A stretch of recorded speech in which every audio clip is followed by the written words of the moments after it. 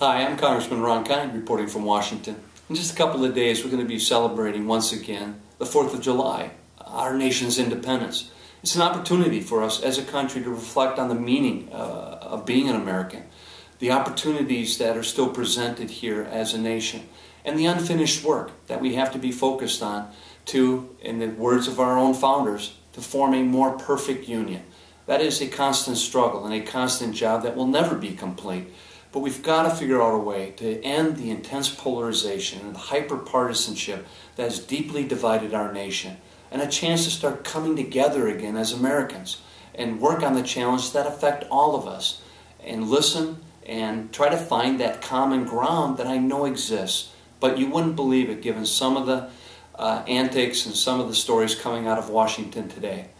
The 4th of July also is an opportunity for me, too, to show my appreciation for the veterans of our country, those who have served our nation under great sacrifice and personal courage.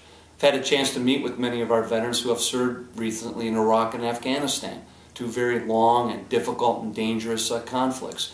And now, with 2 million of those veterans coming home from Iraq, Afghanistan, we as a nation have a special obligation to make sure that their physical and mental needs are being taken care of. Lately in the news, there have been stories about double lists or secret lists in the VA system.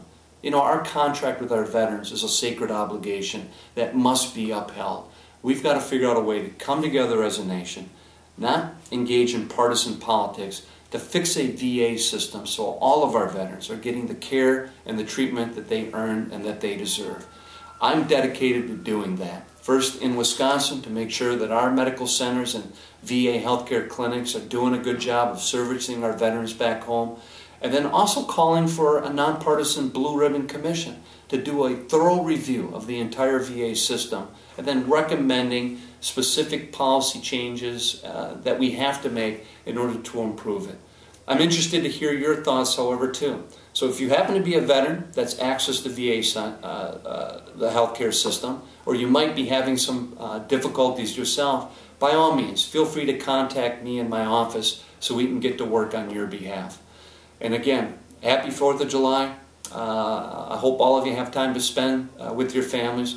But also, let's also take a moment to think about the sacrifice that came before us so that we can enjoy the freedoms and liberties that we do on the 4th of July.